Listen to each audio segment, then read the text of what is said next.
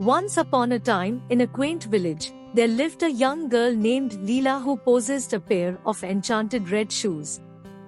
These weren't ordinary shoes, they were crafted by a skilled fairy known for her whimsical creations. The red shoes had a magical quality that granted the wearer the ability to dance like no one else could. Leela, an orphan taken in by the kind-hearted shoemaker, Mrs. Harper, discovered the magical shoes one day while exploring the dusty attic of their small cottage. The shoes seemed to beckon to her, and when she slipped them on, a warmth spread through her body. It was then that she realized the extraordinary power they held. The news of Leela's magical red shoes spread throughout the village, capturing the attention of everyone, including the vain and self-centered Duchess Arbella. Consumed by envy, Duchess Arbella demanded that Leela dance for her at the grand ball she was hosting. Leela, though hesitant, couldn't refuse the powerful Duchess. The night of the grand ball arrived, and Leela, adorned in a simple but elegant dress, wore her red shoes with a mixture of excitement and trepidation. As the music began, Leela started to dance, and to the amazement of everyone in the room, her movements were enchanting and graceful, as if she were guided by the very spirit of dance itself.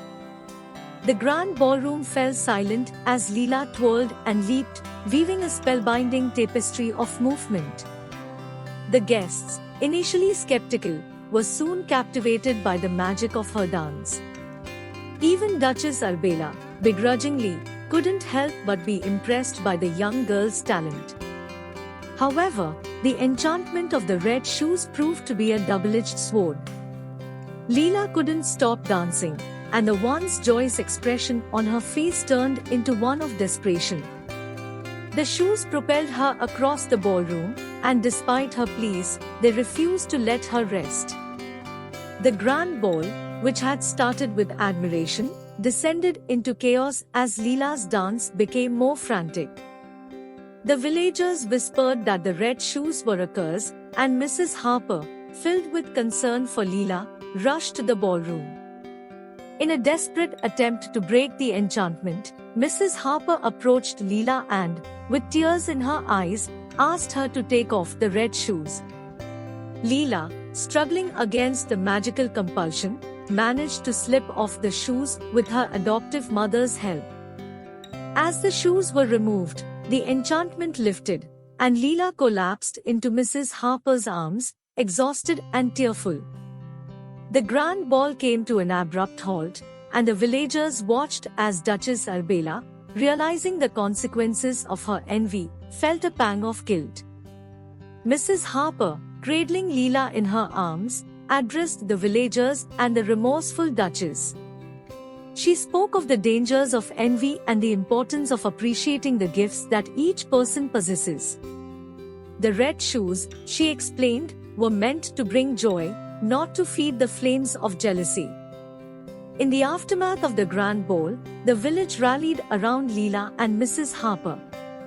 The once envious Duchess Arbella, humbled by the events, apologized to Leela and offered her friendship.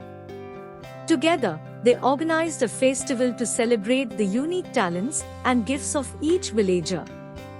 Leela, now free from the burden of the red shoes, discovered a newfound passion for teaching dance to the village children. The red shoes, placed in a glass case as a reminder of the lessons learned, became a symbol of the transformative power of kindness and self-acceptance. As the village embraced unity and appreciation for one another, Leela's enchanting dance became a cherished memory, a tale told to generations as a reminder that true magic lies not in possessions but in the bonds of community and the acceptance of one's own uniqueness. The red shoes, once a source of both envy and wonder, had become a catalyst for positive change in the village.